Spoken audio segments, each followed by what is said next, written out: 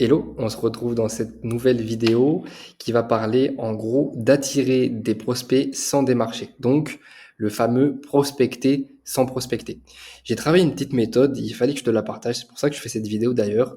Toi qui regardes cette vidéo et qui est sûrement conseiller financier, tu le sais, prospecter c'est long, prospecter c'est chiant, il faut le dire, hein, et prospecter, certaines personnes aussi détestent ça. Donc j'ai trouvé une petite méthode que je vais te partager tout de suite. Alors bien évidemment, si tu as suivi déjà nos LinkedIn avec Florent et moi et nos précédentes vidéos, tu sais que il faut vraiment communiquer pour être visible et générer du business. Pas de visibilité, pas de business. Alors on va rentrer dans le vif du sujet. Si tu communiques aujourd'hui, donc tu crées du contenu. On est d'accord, c'est en organique, tu crées du contenu, que ce soit des vidéos, que ce soit des carousels, que ce soit des images, infographies, que ce soit du storytelling.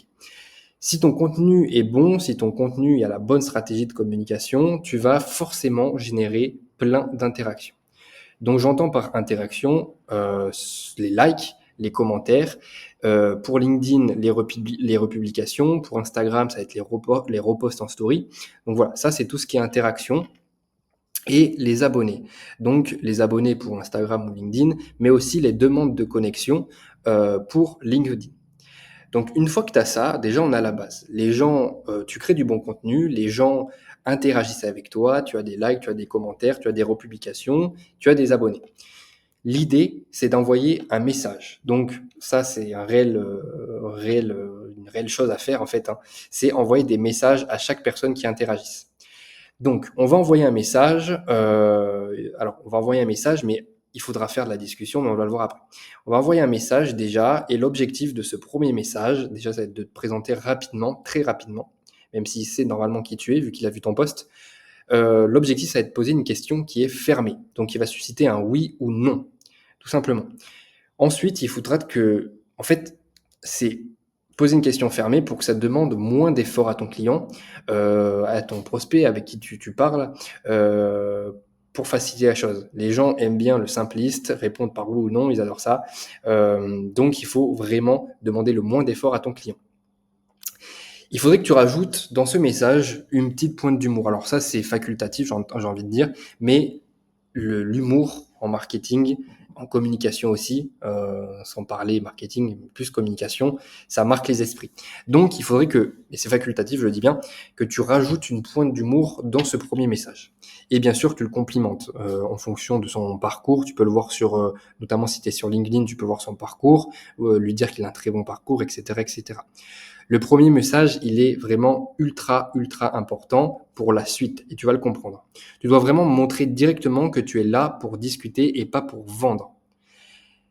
Là, tu l'as bien compris, l'objectif, ça va être la patience. Il faut que tu sois patient dans ce processus-là, avec cette méthode-là. Il faut que tu sois OK d'avoir des résultats dans un mois avec la personne. Parce que déjà, tu vas te différencier des autres personnes qui lui envoient des messages de prospection, généralement sur LinkedIn, même des prospections automatisées. Généralement, les gens n'y répondent pas. Voilà, c'est 90% des gens qui n'y répondent pas quand même. Donc là, tu vas te démarquer, mais il faut que tu te dises que c'est, on va dire, du long terme, enfin, un mois. Et il faut que tu commences la discussion, enfin, la discussion doit avoir vraiment trois objectifs. Identifier les problématiques, donner des solutions et garder des nouvelles. Comme je te dis, c'est un processus qui est souvent un peu long, un mois et demi, même un peu moins d'un mois, mais il faut que tu gardes des nouvelles. Naturellement, ton prospect viendra te demander, je pense savoir plus sur ton offre. Ça, à 99%, les 1%, c'est si vraiment il te ghost, mais à 99%, si tu parles pas du tout de ce que tu fais et que tu engages la discussion, qu'il y a une discussion qui se crée, il va finir par te demander, mais est-ce que je peux en savoir un peu plus sur ton offre? Parce qu'on parle, mais je sais pas ce que tu proposes en fait. Donc il va te demander ça. Une fois que c'est ça, tu vas établir la discussion. Donc la discussion, elle aura déjà peut-être été établie.